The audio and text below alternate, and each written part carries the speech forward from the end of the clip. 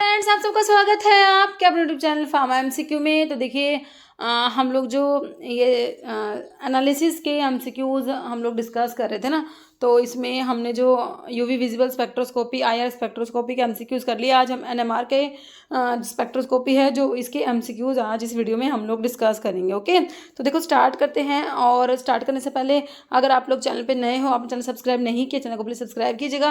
Video like करना, share करना, comment करना, बेल आइकन को प्रेस करना ताकि जाने वाली वीडियोस होते हैं नोटिफिकेशन आप लोगों को मिल सके।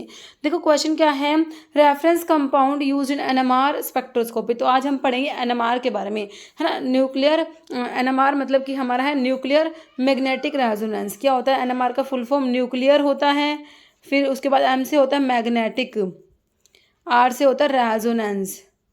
ओके, तो ये है एनएमआर स्पेक्ट्रोस्कोपी। तो देखो इसमें रेफरेंस कंपाउंड आप लोगों से पूछा है कि एनएमआर स्पेक्ट्रोस्कोपी में जो रेफरेंस लिया जाता है ना, रेफरेंस कंपाउंड कौन सा लेते हो? तो सिलेन, ट्राइमिथाइल सिलेन, डाइमिथाइल सिलेन या टेट्रा। तो टीएमएस टेट्रा मिथाइल मतलब कि 4 मिथाइल ग्रुप होते हैं सिलेन। ओके, क्या होता है? ऑप्शन डी, टेट्रा मिथाइल सिलेन होता है। ऑप्शन डी हो जाएगा। ओके, मतलब which of the following statement about tetra methyl silane is incorrect. तो टीएमएस जो आपका रेफरेंस स्टैंडर्ड आप लोगों ने अभी पढ़ा, तो उसके बारे में कौन सी बात गलत है वो बताना है। कह रहे it produces single peak at delta. जो ये होता है ना डेल्टा, ये ना केमिकल शिफ्ट जो होता है उसके लिए यूज़ किया जाता है। तो टीएमएस का ना ये जो होता है ये 10 नहीं होता है, गलत लिखा हुआ, इनकरेक्ट बताना है। तो इनकरेक्ट तो ऑप्शन ए ही हो गया। ये ना इसका 0 होता है टीएमएस के लिए। जो ये डेल्टा वैल्यू जो ये होती है केमिकल शिफ्ट की वैल्यू 0 होती है। किसके लिए? टीएमएस के लिए, है ना। तो 0 होगा आपका, ये गलत लिखा हुआ है। फिर कह रहा है इट इज़ इनर्ट। इनर्ट होता है, बिल्कुल सही है। It is use to provide a reference against which other peaks are measured, है ना। तो रेफरेंस यूज़ कर रहे हो इसको, तो ये बिल्कुल सही है। फिर कह रहा है इट इज़ वोलेटाइल। तो ये वोलेटाइल होता है ना। तो आपका जो सोलवेंट है उसमें से ये वोलेटाइल हो जाएगा। Can be easily distilled of and used again. Okay, तो ये भी सही है। तो इनकरेक्ट में तो बच्चों ऑप्शन ए बिल्कुल सही हो गया हमारा, है ना। नेक्स्ट है dash do not give NMR spectra. अब देखो कौन से जो होते हैं एनएमआर एक्टिव होती हैं चीज, जो आपके कंपाउंड्स कौन से एनएमआर इनएक्टिव होते हैं, तो ये भी थोड़ा पता होना चाहिए ना। तो कौन सा है जो do not give NMR spectra? NMR inactive है ना। तो जैसे कि आपने आईआर में देखा था, यूवी में देखा था, है ना।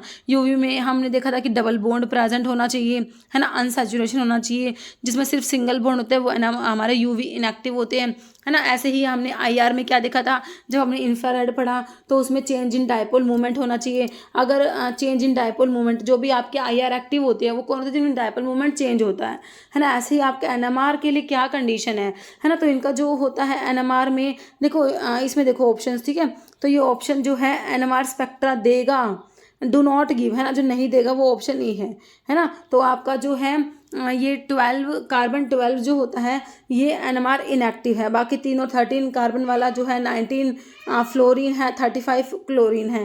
तो ये सारे एनएमआर एक्टिव होते हैं, एनएमआर स्पेक्ट्रा देंगे। ऑप्शन ए हो जाएगा जो नहीं देगा। ओके, नेक्स्ट है all solvents are use to record NMR spectra except. आप जो सोलवेंट यूज करते हो ना एनएमआर के लिए, तो सोलवेंट ऐसा यूज करना जिसमें मतलब हाइड्रोजन प्रेजेंट ना हो। ऐसा सोलवेंट यूज करना जिसमें कि हाइड्रोजन ना हो। जैसे कि आपका मतलब कोई भी सोलवेंट हो, जैसे वाटर ही हो गया, तो ये हाइड्रोजन है तो ये अपन यूज़ नहीं कर सकते H2O, है ना। तो एनएमआर के लिए सोलवेंट ऐसा यूज़ करो जिसमें कि हाइड्रोजन ना हो, है ना। CDCl3 यूज़ कर लेंगे, DMSO D6 कर लेंगे, C2H5OH नहीं यूज़ करेंगे क्योंकि इसमें हाइड्रोजन प्रेजेंट है। तो ये तो खुद ही अपना एक पीक दे देगा, है ना, एनएमआर में। तो मतलब कि जो जिसमें हाइड्रोजन प्रेजेंट है वो यूज़ नहीं करना, याद रखना। बाकी ड्यूटेरेटेड बेंजीन भी यूज़ कर लेंगे। तो ऑप्शन सी इसका राइट हो गया। Next what is a delta value for TMS in NMR. तो मैंने आपको बताया जो आप रेफरेंस स्टैंडर्ड ले रहे हो ना टीएमएस टेट्रा मिथाइल सिलेन, है ना। तो इसमें डेल्टा वैल्यू जो ये होता है ना डेल्टा वैल्यू, तो ये ना 0 होता है टीएमएस के लिए, याद रखना। कितना होता है? ऑप्शन ए 0 होता है। नेक्स्ट है number of NMR signal generated by acetone. Acetone भाई कैसे लिखोगे? एसीटोन CH3CO CH3 लिखोगे ना एसीटोन को। तो कह कितने एनएमआर सिग्नल देगा, है ना। तो देखिए जितने टाइप के मतलब कि आपके प्रोटोन मतलब कि जितने टाइप के हाइड्रोजन प्रेजेंट होते हैं उतने टाइप के सिग्नल्स आते हैं इसमें, है ना। तो मतलब 2 सिग्नल आए तो 2 टाइप के हाइड्रोजन है, 3 सिग्नल है 3 टाइप के हाइड्रोजन है, इस टाइप से होता है इसमें। तो देखो आपका जो ये एसीटोन है यही तो होता है एसीटोन, है ना। तो इसमें देखिए दोनों का सेम एनवायरनमेंट, आपका ये CH3 भी सेम एनवायरनमेंट में, इधर वाला CH3 भी सेम एनवायरनमेंट में है। तो इसमें एक ही टाइप के आपके जो हाइड्रोजन प्रेजेंट है ना। तो ये आपका ना एक ही सिग्नल देगा। कितना सिग्नल देगा? ये ऑप्शन डी हो जाएगा, 1 सिग्नल देगा एसीटोन। नेक्स्ट है unit of magnetic field strength. तो मैग्नेटिक फील्ड स्ट्रेंथ जो होता है उसका यूनिट आप लोगों से पूछा है, साइकिल पर सेकंड, गाज, पल्स सेकंड या डाइव। तो ये गाज होता है, टेस्ला भी होता है, गाज भी होता है। ये आपके क्या है, मैग्नेटिक फील्ड स्ट्रेंथ के यूनिट होते हैं। जैसे सोलवेंट कॉमनली यूज एनएमआर। तो एनएमआर में मैंने आपको बताया कि भाई जिसमें हाइड्रोजन है वो तो यूज़ करोगे नहीं, तो भाई जैसे क्लोरोफॉर्म नहीं करोगे, मिथेनॉल भी नहीं करोगे, एसीटोन भी नहीं करोगे। तो आंसर तो ऑप्शन सी होगा, carbon tetra chloride CCl4 use कर लेंगे। ठीक है। नेक्स्ट है rotation of electron about the proton, है ना। तो कह रहे हैं रोटेशन, जो इलेक्ट्रॉन का रोटेशन होता है अबाउट द प्रोटोन। देखिए प्रोटोन हमारे न्यूक्लियस के अंदर प्रेजेंट होते हैं और इलेक्ट्रॉन जो होते हैं वो न्यूक्लियस के बाहर होते हैं ना। तो कह रहे हैं इलेक्ट्रॉन का rotation about the proton generate secondary magnetic field generate करेगा विच अपोज द अप्लाइड, जो अप्लाइड मैग्नेटिक फील्ड को अपोज करेगा। तो प्रोटोन को क्या कहोगे भाई, देखो इलेक्ट्रॉन अपना मैग्नेटिक फील्ड जनरेट कर रहे हैं जो न्यूक्लियस के चारों ओर, मतलब प्रोटोन के चारों ओर रिवॉल्व कर रहे हैं, और एक हमने जो है बाहर से मैग्नेटिक फील्ड अप्लाई करा है। तो ये जो इलेक्ट्रॉन वाला जो मैग्नेटिक फील्ड है ये अपोज करेगा अप्लाइड मैग्नेटिक फील्ड को। तो इसे क्या कहोगे, तो प्रोटॉन को क्या कहोगे भाई, वो शील्डेड है, हाइड्रोजन बॉन्डेड है, डिशील्डेड है, शिफ्टेड है। तो वो क्या होते हैं, वो हमारे शील्डेड होंगे। अगर जो आपका जो सेकेंडरी मैग्नेटिक फील्ड है वो अपोज करेगा अप्लाइड मैग्नेटिक फील्ड का, तो प्रोटॉन जो है वो क्या हो जाएंगे, शील्डेड हो जाएंगे, ऑप्शन ए। और अगर री इन्फोर्स करे, जो सेकेंडरी मैग्नेटिक फील्ड है वो री इन्फोर्स करे अप्लाइड मैग्नेटिक फील्ड को, तो प्रोटॉन क्या हो जाएंगे, डीशील्डेड हो जाएंगे। ओके, तो इसका आंसर ऑप्शन ए हो गया। नहीं sir, what is delta value of aldehyde portion in PMR spectra. तो ये वही डेल्टा वैल्यू केमिकल शिफ्ट की वैल्यू पूछी है आपसे, ये एल्डिहाइड के लिए पूछी है। एल्डिहाइड जो आपका CHO होता है ना एल्डिहाइड के लिए, तो ऑप्शन देख लो भाई, चारों ऑप्शन से 9 to 10 होता है इसके लिए ना, ऑप्शन डी। नेक्स्ट है position of signal in NMR spectra indicator ना। तो सिग्नल का जो पोजीशन, जो सिग्नल आता है इसमें, उसका जो पोजीशन है ना भाई, सिग्नल कौन सी पोजीशन पे आया, तो जो सिग्नल की पोजीशन होती है वो क्या इंडिकेट करेगी भाई, number of different kind of hydrogen present in different environment में। कह रहे हैं कि number of different kind of proton present in different environment, मतलब कितने टाइप के प्रोटोन अलग अलग एनवायरनमेंट में प्रेजेंट है वो तो आपके कितने सिग्नल्स आएंगे उससे पता लगेगा ना। फिर electronic environment of each kind of proton, relative number of proton of each kind या number of neighboring proton present। तो पोजीशन ऑफ सिग्नल जो है वो इंडिकेट करता है environment, electronic environment of each kind of proton, उससे हमें जो पोजीशन है सिग्नल का वो इंडिकेट करेगा, ऑप्शन बी। नेक्स्ट है intensity in NMR spectra indicate. तो इंटेंसिटी जो है सिग्नल, कितना इंटेंसिटी है सिग्नल की, वो किसको इंडिकेट करेगा, number of different kind of proton present in different environment, ये नहीं होगा। इलेक्ट्रॉनिक एनवायरनमेंट तो आप देख चुके, ये भी नहीं होगा। Relative number of proton of each kind हो जाएगा आपका ना। बाकी नंबर ऑफ नेबरिंग प्रोटोन, तो ये हो जाएगा relative number of proton of each kind. तो ये मतलब कि एक ही टाइप के प्रोटोन का कितना नंबर है, तो वो इंटेंसिटी जो है सिग्नल की उसे पता लगेगा। नेक्स्ट है number of signal in NMR indicate, भाई कितने सिग्नल आए NMR में, है ना। तो उससे क्या पता लगेगा भाई NMR में आपके जो जितने सिग्नल आते हैं, सिग्नल्स कितने आए आपके, तो उससे पता लगेगा भाई कितने टाइप के आपके प्रोटोन प्रेजेंट है ना। तो यही तो करते हो, किसी भी सैंपल का आपने किसी भी, जैसे कि आपने अभी CH3 CO CH3 का बताया था, तो इसमें कितने सिग्नल आएंगे, इसमें एक ही सिग्नल आएगा, तो मतलब इसमें एक ही टाइप के जो है आपके प्रोटोन, मतलब कि एक ही टाइप के हाइड्रोजन प्रेजेंट है ना। तो जो कह रहा है नंबर ऑफ सिग्नल किसको इंडिकेट करेगा, number of different kind of proton present in different environment, option आपका ए बिल्कुल राइट हो जाएगा। ठीक है। नेक्स्ट क्वेश्चन क्या है, which of the following has highest chemical shift value.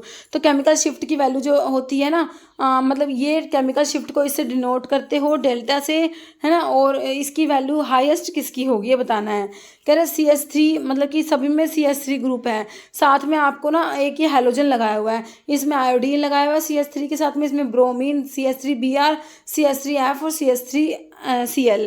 तो जितना ज़्यादा इलेक्ट्रोनेगेटिव आपका जो है ये होगा, जैसे कि फ्लोरीन सबसे ज़्यादा इलेक्ट्रोनेगेटिव है, तो इतनी ही ज़्यादा इसकी केमिकल शिफ्ट होगा। तो ना ऑप्शन सी हो जाएगा, CH3F की सबसे ज़्यादा केमिकल शिफ्ट वैल्यू होगी, ऑप्शन सी।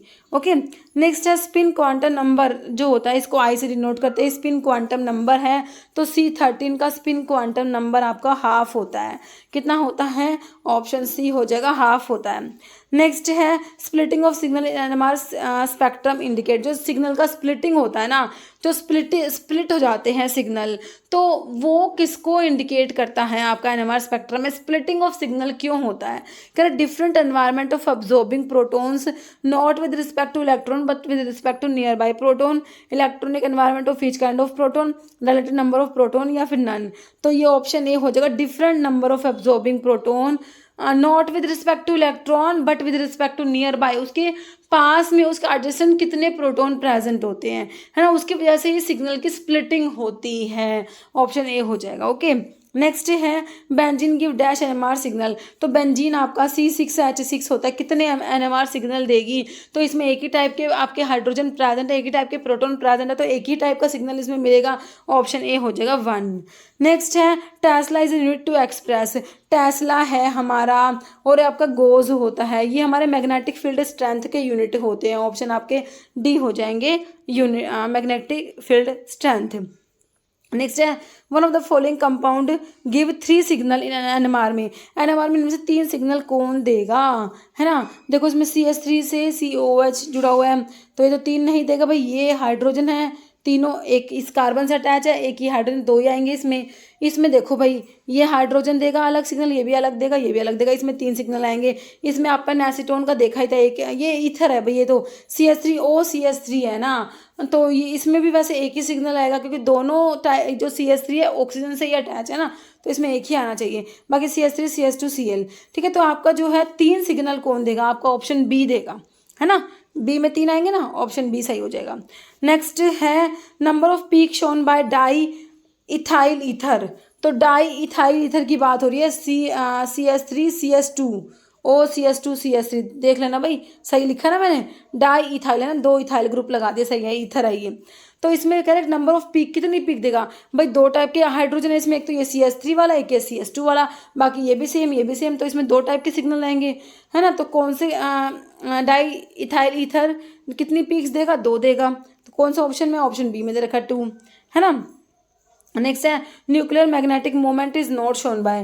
कह रहे nuclear magnetic movement is not shown by, मतलब कि एनएमआर में जो सिग्नल कौन नहीं देगा, एनएमआर स्पेक्ट्रा कौन नहीं देगा, एनएमआर इनएक्टिव कौन सा, ये आप लोगों से पूछा है ना। तो देखिए कार्बन 13 तो होता है, 1 हाइड्रोजन भी हो जाएगा, 15 नाइट्रोजन भी देगा, लेकिन ऑक्सीजन 16 नहीं देगा, है ना। ऑप्शन बी हो जाएगा। जैसे कि कार्बन 12 देखा था आपने, ऐसे ऑक्सीजन 16 भी एनएमआर इनएक्टिव होता है। नेक्स्ट है इन एनएमआर स्पेक्ट्रोस्कोपी रेडिएशन सोर्स जो होता है ना, इसमें देखिए रेडियो वेव्स जो होती है एनएमआर में, हमारे रेडियो वेव्स यूज़ होती हैं, है ना। तो रेडियो फ्रिक्वेंसी ट्रांसमीटर जो है, वो जो रेडियो फ्रिक्वेंसी ट्रांसमिट करता है ना, तो रेडिएशन सोर्स यूज़ किया जाता है, वो हमारा होता है radio frequency source transmitter. Option A हो जाएगा। तो एनएमआर के सोर्स अगर आप लोगों से पूछे तो क्या है? रेडियो फ्रिक्वेंसी सोर्स ट्रांसमीटर, ये हमारा रेडिएशन सोर्स होता है एनएमआर में जो यूज़ किया जाता है।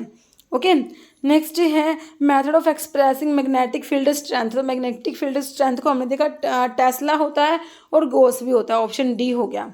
नेक्स्ट है कपलिंग कांस्टेंट वैल्यू। भाई देख कपलिंग कांस्टेंट होता है एक, तो इसको ना जे से तो डिनोट करोगे, और इसकी जो यूनिट होती है वो फ्रीक्वेंसी वाली होती है, जैसे कि हर्ट्ज हो गई या साइकिल पर सेकंड होती है, 2 बात। और ये जो होता है कपलिंग कांस्टेंट मैग्नेटिक फील्ड पे डिपेंड नहीं करेगा। देखिए ये इंडिपेंडेंट होता है फील्ड स्ट्रेंथ के क्या होता है? इंडिपेंडेंट होता है। ऑप्शन बी हो जाएगा। ओके, नेक्स्ट है यूनिट ऑफ कपलिंग कांस्टेंट। तो वही कपलिंग कांस्टेंट जिसको जे से डिनोट किया है ना, तो ये साइकिल पर सेकंड या हर्ट्ज, तो दोनों ही सही है, फ्रीक्वेंसी वाली यूनिट होती है, ऑप्शन सी हो जाएगा। नेक्स्ट है प्रेजेंस ऑफ इलेक्ट्रोनेगेटिव एटम और एनएमआर स्पेक्ट्रा। भाई इलेक्ट्रोनेगेटिव एटम अगर प्रेजेंट होगा तो इसमें एनएमआर स्पेक्ट्रा पे क्या फ़र्क पड़ेगा, ये आप लोगों ने बताना है। देखो भाई डी शील्डिंग होगी या शील्डिंग होगी, तो ये आप लोगों ने बताना है। भाई अगर इलेक्ट्रोनेगेटिव एटम प्रेजेंट होगा तो क्या होगा? डी शील्डिंग होगी, और उसकी वजह से हमारा क्या हो जाएगा? डाउन फील्ड हो जाएगा। ऑप्शन आपका बी राइट हो जाएगा। जैसे radio frequency radiation is associated with, तो रेडियो फ्रिक्वेंसी रेडिएशन जो होती है हमारे किस में पढ़ते हो इनको? एनएमआर में। एनएमआर जो है हमारी एक टाइप के एब्जॉर्प्शन स्पेक्ट्रोस्कोपी में ही आती है। किस में आती है? एब्जॉर्प्शन में आती है। ओके, नेक्स्ट है यूनिट ऑफ केमिकल शिफ्ट जो है ये पीपीएम हो जाएगा। ऑप्शन आपका बी हो जाएगा, पीपीएम। नेक्स्ट है identify the chemical shift range of methoxy group का ना केमिकल शिफ्ट रेंज आइडेंटिफाई करना है हम लोगों ने। हमारे पास 4 ऑप्शन है, तो ये ऑप्शन 3 क्या लगाते, अच्छा ऑप्शन लिखा नहीं हुआ, ऑप्शन बी हो जाएगा इसमें, है ना। ऑप्शन बी में 3.3 से 3.8 लिखा हुआ है, ऑप्शन बी। नेक्स्ट है reference standard should possess the following characteristics. जो रेफरेंस स्टैंडर्ड जैसे हमने टीएमएस यूज़ करा था इसमें, है ना, तो कौन कौन सी करेक्टरिस्टिक्स होनी चाहिए। तो हमने देखा था भाई टीएमएस एक तो आपका वोलेटाइल होता है ना, कि तो इसको एक तो हमने देखा था वोलेटाइल होता है, केमिकली इनर्ट होता है, हमने देखा था मिसिबल होता है with a wide range of solvents, miscible होता है ये। तो देखिए तीनों ही आपके करेक्टरिस्टिक्स है, तो ऑप्शन डी हो जाएगा ऑल। ओके, तो ये हो गई हमारे एनएमआर के बारे में क्वेश्चंस। 30 क्वेश्चंस मैंने आपको करा दिए। ओके, तो अभी जो है एक क्वेश्चन जिसका आंसर हमेशा की तरह आप लोग देने वाले हो। Tesla is a unit to express frequency, pressure, voltage या मैग्नेटिक फील्ड स्ट्रेंथ। इसका आंसर आप लोगों ने कमेंट बॉक्स में देना है। इस वीडियो में इतना ही। अगर आपको वीडियो अच्छी लगे तो लाइक करना, शेयर करना, चैनल पर नए हैं तो फिर आप लोगों से रिक्वेस्ट है कि चैनल को प्लीज़ सब्सक्राइब जरूर करना। Okay, thank you.